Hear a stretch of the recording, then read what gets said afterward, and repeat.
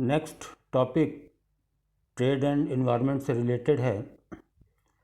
इसके विषय में आपको कुछ लिटरेचर प्रोवाइड करेंगे और एक पहले का वीडियो लेक्चर उसको भी आप देख सकते हैं। मूल रूप से वैश्विक स्तर पर जब पर्यावरणीय चिंताएं शुरू हुईं, ये दिखने लगा कि तमाम मानवीय क्रियाओं से पर्यावरण प्रभावित हो रहा है, तो एक इस पक्ष को भी देखने की ज़रूरत महसूस हुई कि अंतर्राष्ट्रीय व्यापार और पर्यावरण का क्या संबंध है, हाउ दे आर रिलेटेड। सामान्य रूप में ये देखा भी जाता है कि अंतर्राष्ट्रीय व्यापार का प्रभाव पर्यावरण पर पड़ता है और पर्यावरण भी अपनी क्रियाओं से अंतर्राष्ट्रीय व्यापार से जुड़ा है। जैसे जैसे वैश्विक स्तर पर 1980 के दशक से लिबरलाइजेशन बढ़ा, उदारवाद बढ़ा, हमारे देश में 1991 से नई आर्थिक नीति आई, लिबरलाइजेशन, प्राइवेटाइजेशन, ग्लोबलाइजेशन। 80 के दशक से ही वैश्विक स्तर पर उदारवादी जो वर्ल्ड ऑर्डर बना, लिबरलाइज्ड इकोनॉमिक ऑर्डर बना, वैश्विक क्रम बना, उसमें ये देखा जाने लगा कि अंतर्राष्ट्रीय ट्रेड में, इंटरनेशनल ट्रेड में तेजी से वृद्धि हुई, ट्रेड फ्लोरिश का। उदारवादी व्यवस्था ने अंतर्राष्ट्रीय व्यापार को, मुक्त व्यापार को बढ़ाने में, उसके दायरे में काफ़ी वृद्धि की।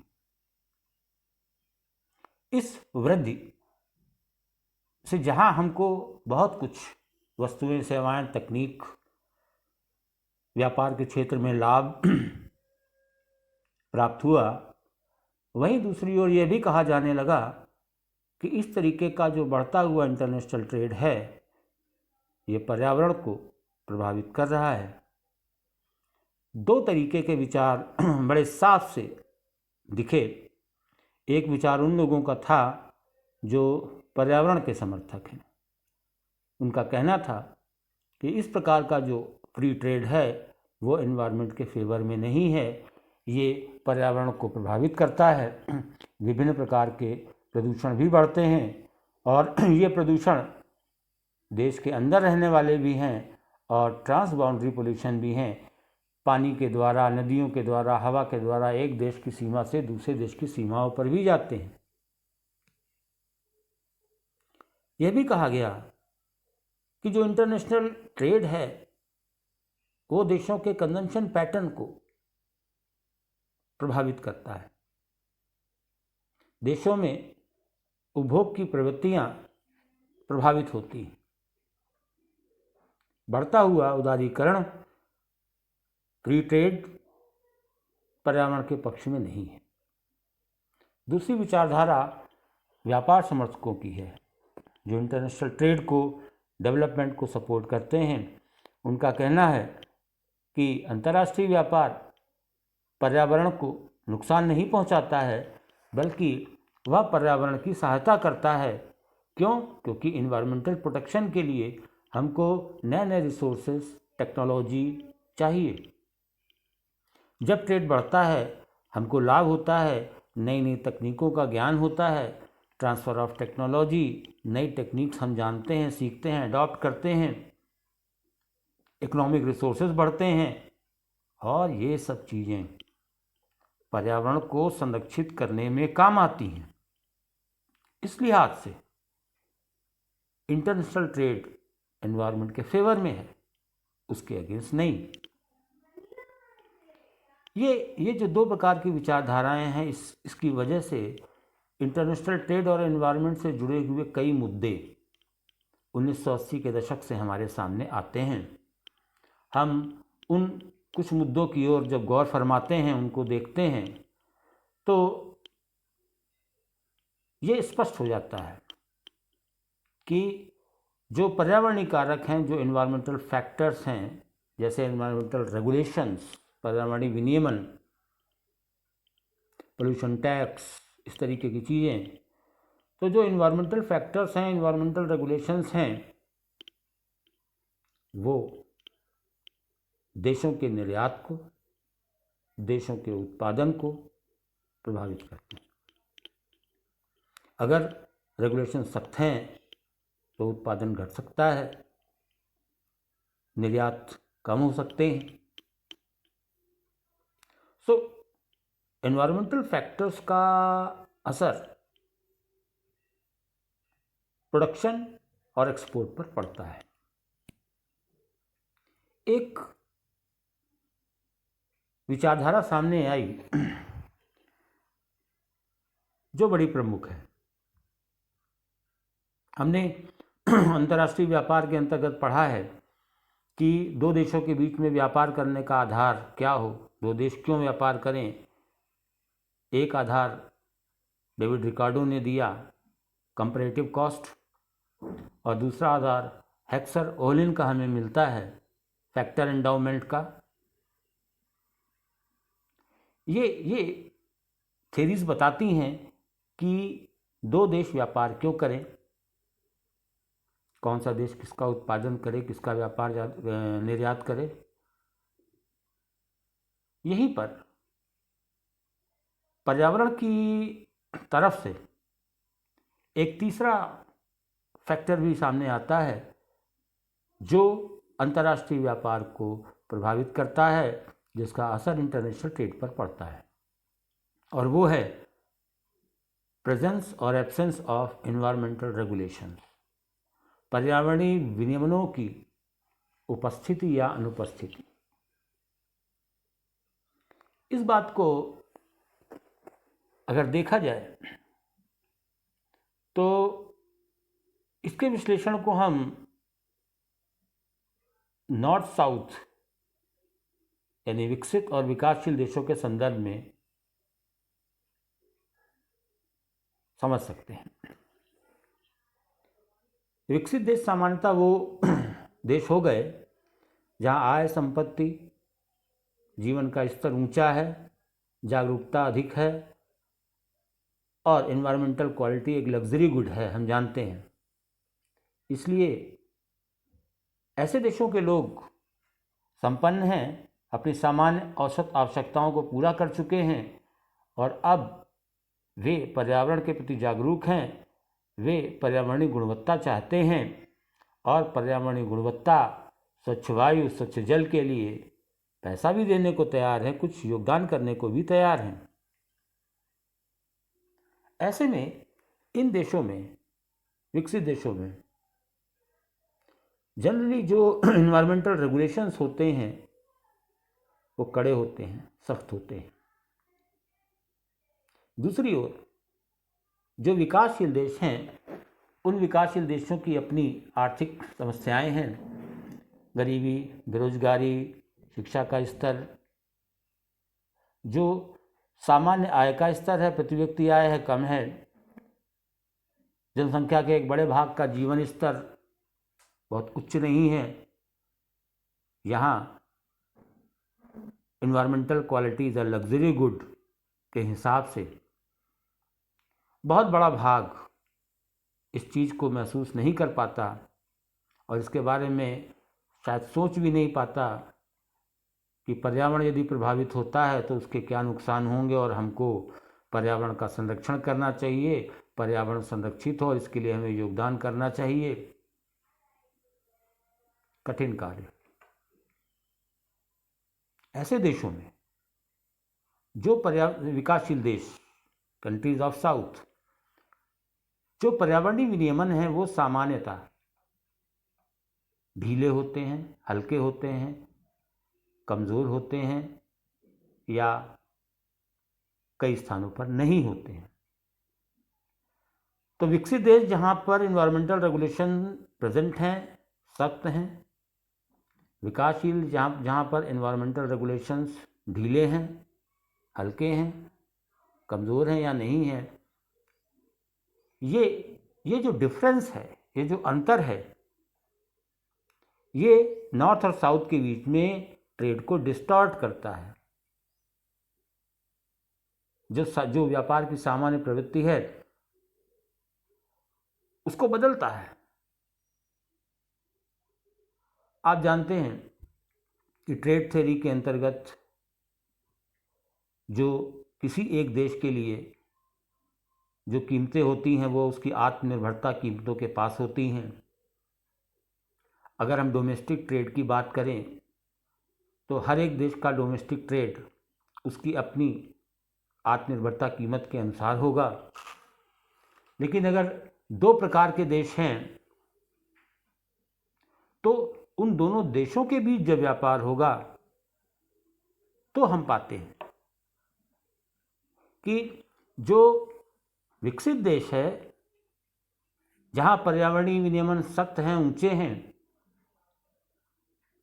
वहां ऐसे देशों की जो आत्मनिर्भरता कीमतें हैं, वस्तुओं की जो कीमतें हैं, वे विकासशील देशों की आत्मनिर्भरता कीमतों की तुलना में ऊंची होती हैं।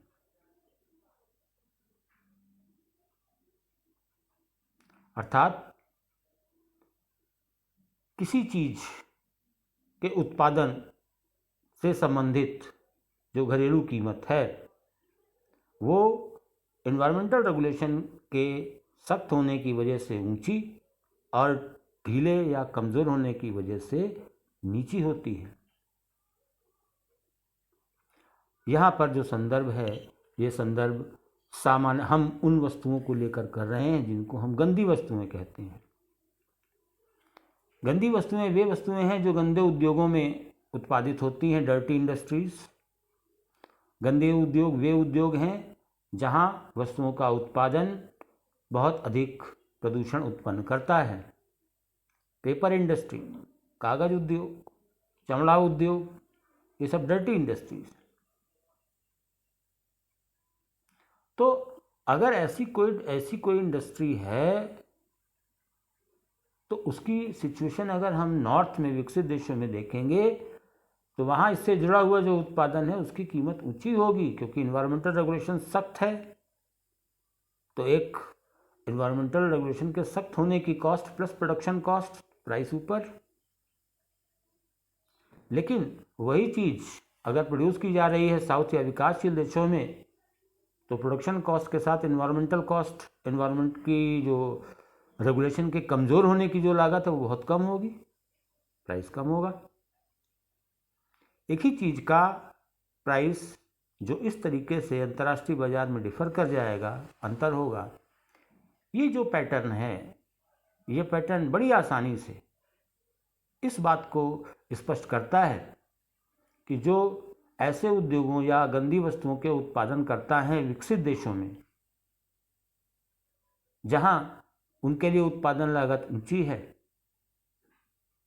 ऐसे उद्योग धीरे धीरे उन स्थानों पर जाने लगते हैं जहां पर उत्पादन लागत कम है, जहां प्राइस कम आएगा, कॉम्पिटिटिवनेस ज़्यादा होगी। और इसका असर ये होता है कि धीरे धीरे जो गंदे उद्योग हैं, डर्टी इंडस्ट्रीज़ हैं, वो नॉर्थ से निकलकर साउथ की ओर आने लगती हैं, विकसित देशों से निकलकर विकासशील देशों की ओर आने लगती हैं। This is distortion of trade due to environmental factor. इस तथ्य को एम्पिरिकली समझने के लिए दो लोगों ने लो तथा ईट्स एक अध्ययन किया जिसकी अवधि 68 से 88 थी, 68 to 88। 20 साल की अवधि के लिए उन्होंने यह जानने की कोशिश की कि टोटल वर्ल्ड ट्रेड और उसमें गंदी वस्तुओं का ट्रेड, गंदी वस्तुओं का व्यापार कैसा रहा, उसका ट्रेंड क्या रहा। अपने अध्ययन में उन्होंने पाया कि 20 वर्षों के दौरान जो गंदी वस्तुओं का व्यापार था उसमें वृद्धि हुई और टोटल वर्ल्ड ट्रेड में उनका परसेंटेज पहले ज़्यादा था, लेकिन अब थोड़ा सा 88 के आसपास आते हुए थोड़ा सा कम हुआ। और कम होने का कारण ये नहीं कि एब्सोल्यूट टर्म्स में गंदी वस्तुओं का ट्रेड घटा, बल्कि परसेंटेज थोड़ा इसलिए कम हुआ क्योंकि जिस अनुपात में गंदी वस्तुओं का ट्रेड बढ़ा, उससे ज़्यादा अनुपात में अन्य वस्तुओं का और टोटल ट्रेड बढ़ता है। तो एक निष्कर्ष उनका यह निकला कि 20 वर्षों की अवधि का जो उन्होंने स्टडी की, उस स्टडी में जो पूरा विश्व है, विश्व में जो डर्टी इंडस्ट्रीज़ हैं, डर्टी वस्तुएं हैं, गंदी वस्तुएं हैं, उनके व्यापार में वृद्धि हुई। दूसरा, बड़ी इंटरेस्टिंग उन्होंने एनालिसिस की और उसके लिए उन्होंने एक टेक्निक यूज़ की जिसको RCA कहते हैं, रिवील्ड कंपैरेटिव एडवांटेज। ये रिवील्ड कंपैरेटिव एडवांटेज कंसेप्ट कुछ रिकॉर्डो के कंपैरेटिव कॉस्ट थ्योरी टाइप का है, जो ये बताता है कि जिस देश को जिस वस्तु के उत्पादन में अन्य वस्तुओं की तुलना में बेहतर स्थिति महसूस होती है, वहाँ उस वस्तु का उत्पादन बढ़ता है। RCA की वैल्यू अगर ग्रेटर देन 1 है या लेस देन 1 है तो इसके इम्प्लीकेशंस हैं। अगर RCA ग्रेटर देन 1 है, गंदी वस्तुओं का ट्रेड ज़्यादा है। और इसी के आधार पर उन्होंने 13-14 प्रकार के गंदे उद्योगों, गंदी वस्तुओं का विश्लेषण किया। 1.68, 67, 68 और 1.88। और उन्होंने पाया कि अगर हम केवल 66-67 की तुलना करें, 66-67 में तुलना करें विकसित और विकासशील देशों की, तो जो गंदे उद्योग थे, गंदे उद्योग उस समय भी विकसित देशों की तुलना में विकासशील देशों में ज़्यादा थे। Iron, lead, leather, paper, chemicals वगैरह वगैरह। तो 66-67 के स्टार्टिंग पॉइंट में भी जो गंदे उद्योगों की संख्या थी वो नॉर्थ में कम थी, साउथ में ज़्यादा थी। And over the period of time, जब हम 88 में आते हैं, तब हम जब नॉर्थ को देखते हैं तो हम पाते हैं कि 66-67 की तुलना में गंदे उद्योगों की संख्या नॉर्थ में 1988 में कम हुई, घटी या कहीं पर कांस्टेंट कुछ केसेस में। जबकि दक्षिणी देशों में, साउथ में 66 की तुलना में 88 की फिगर जब हम देखते हैं तो गंदी वस्तुओं और उनके उत्पादन की स्थिति 66 की तुलना में 88 में काफ़ी बढ़ गई। ये बढ़े हुए उद्योग कहाँ से आए?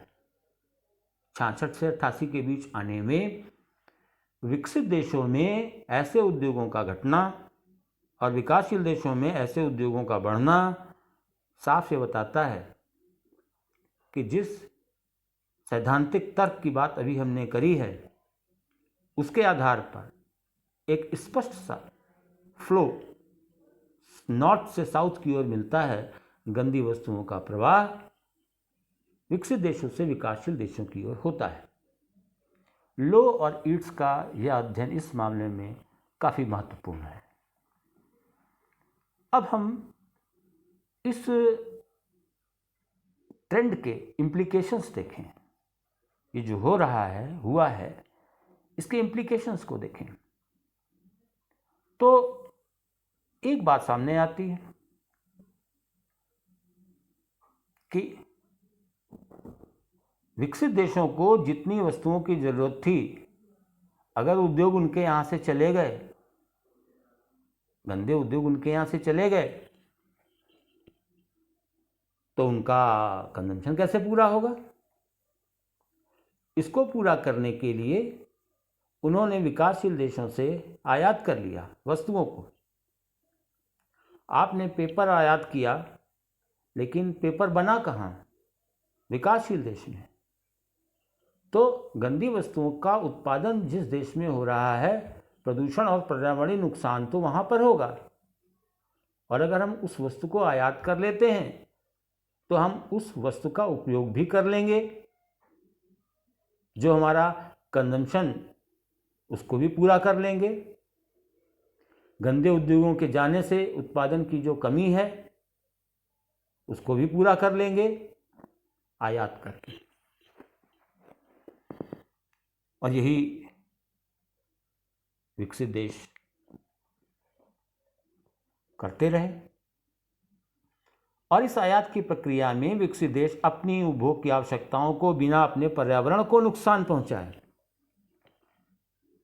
क्योंकि बन तो वहां रही हैं, पूरा करते हैं। दूसरी ओर विकासशील देशों को अगर हम देखें तो टेम्परेरी शॉर्ट टर्म में, मीडियम टर्म में भी ये स्थितियां लाभ पहुंचा सकती हैं। पर्यावरण को छोड़कर ऐसी इंडस्ट्रीज बढ़ती हैं, रोजगार बढ़ेगा, उत्पादन बढ़ेगा, व्यापार बढ़ेगा, देश में आय बढ़ेगी, जीडीपी बढ़ेगी। जो विकासशील देशों की फंडामेंटल प्रॉब्लम्स हैं उनमें तो कुछ सहारा मिल जाएगा।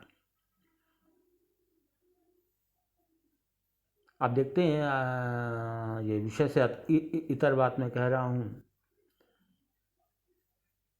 विकासशील देशों में जैसे भारत में भी बड़े पैमाने के उद्योगों के अलावा छोटे पैमाने के उद्योग, एमएसएमईज वगैरह बहुत ज़्यादा हैं, जो अनऑर्गेनाइज सेक्टर में वर्क भी करते हैं और जहाँ पर बड़ी मात्रा में एम्प्लॉयमेंट है। वो बात दूसरी है, वो एम्प्लॉयमेंट परमानेंट नहीं है, एश्योर्ड नहीं है, लेकिन वो अपने आप में एक पूरा ऐसा सिस्टम है जहाँ एम्प्लॉयमेंट भी है, प्रोडक्शन भी है, इनकम भी है। तो ऐसे उद्योगों के विकासशील देशों में बढ़ने से वहाँ आर्थिक दृष्टि से ये लाभ तो होगा। लेकिन ये लाभ अगर हो रहा है अर्थव्यवस्था में तो ये किसकी लागत पर है? It is at the cost of environment. ये पर्यावरण की लागत पर है। आप अल्पकाल और मध्यकाल में इस लाभ को ले रहे हैं, लेकिन ये नहीं देख रहे हैं कि आपका पर्यावरण कितना इन गंदी वस्तुओं के उत्पादन की वजह से प्रदूषित होता जा रहा है। तो एक इम्प्लीकेशन ये है कि ये पैटर्न सस्टेनेबल डेवलपमेंट की परिभाषा के हिसाब से चल नहीं पाएगा। भविष्य में विकासशील देशों को एक बड़ी समस्या का सामना करना पड़ेगा, जो उनके पोषणीय विकास के लक्ष्य के विपरीत है और उसमें एक बहुत बड़ी बाधा होगी। सो बेटर तो ये है, ये समस्या तो तभी समाप्त होगी जब दोनों देशों के बीच में, दोनों प्रकार के देशों के बीच में जो इन्वायरमेंटल रेगुलेशंस हैं, वो इन्वायरमेंटल रेगुलेशंस इस प्रकार के हों कि उनका अंतर कम से कम हो। अंतर कम से कम होगा, कीमतों का भी अंतर कम से कम होगा, इस प्रकार की स्थितियां भी कम से कम। लेकिन इंटरनेशनल लेवल पर कोई गार्जियन इंस्टीट्यूशन इस तरीके से चीज़ें बनाने के लिए कि आप छोटी से छोटी हर तरीके के प्रोडक्शन पर, हर कंट्री को उसके एनवायरमेंटल फैक्टर पर अपने टर्म डिक्टेट कर सकें, ऐसा संभव नहीं होता। यहाँ पर एक संदर्भ इस प्रकार का भी आता है कि कई बार विकसित देश, विकासशील देशों से आने वाली वस्तुओं को यह कहकर रोकते हैं, उनके आयात को रोकने का प्रयास करते हैं कि ये वस्तुएं ऐसी हैं जिनमें बाल श्रम लगा हुआ है, या ये वस्तुएं ऐसी हैं जो ज़्यादा से ज़्यादा एनवायरमेंटल पोल्यूशन करती हैं।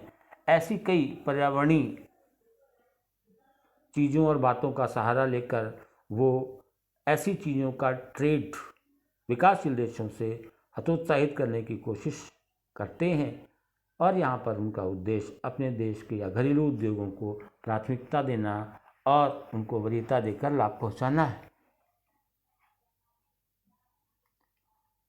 दूसरी ओर वैश्विक स्तर पर ट्रेड और एनवायरनमेंट से जुड़ी हुई एक महत्वपूर्ण कड़ी WTO है। वर्ल्ड ट्रेड ऑर्गेनाइजेशन वैश्विक स्तर पर व्यापार को सुलभ और सहज बनाने के लिए कई प्रकार के कार्य करता है, और जब से इन्वायरमेंटल फैक्टर्स ट्रेड की फील्ड में आ गए, जब से पर्यावरणीय मुद्दे व्यापार से संबंधित होने लगे, तो WTO ने भी बहुत सारे प्रावधान ऐसे किए हैं, बहुत सारे प्रोविज़न्स ऐसे किए हैं जिससे कि एनवायरमेंटल फैक्टर्स की वजह से ट्रेड विश्व में डिस्टॉर्ट ना होने पाए, बाधित ना होने पाए, उसमें व्यवधान ना आए, और देशों के बीच पर्यावरणीय कारकों की वजह से जो व्यापार के क्षेत्र में झगड़े होते हैं, वाद विवाद होते हैं, उनको कम से कम किया जा सके। यहाँ WTO एक नहीं कई क्षेत्रों में उसने ऐसे नियम कानून बनाए हैं जिससे पर्यावरणीय मामलों से जुड़ा हुआ जहाँ पर भी व्यापार का कोई मुद्दा आता है, वहाँ नियमानुसार उसका समाधान किया जा सके। WTO के इस प्रकार के जो प्रयास हैं उसका संदर्भ आप कई जगहों पर देख सकते हैं। बहुत सारा लिटरेचर अवेलेबल है कि WTO का क्या रोल है ट्रेड और एनवायरनमेंट के संदर्भ में, या WTO किस प्रकार से पर्यावरणीय मुद्दों और अंतर्राष्ट्रीय व्यापार के बीच सामंजस्य स्थापित करता है और इसको सुलभ बनाता है।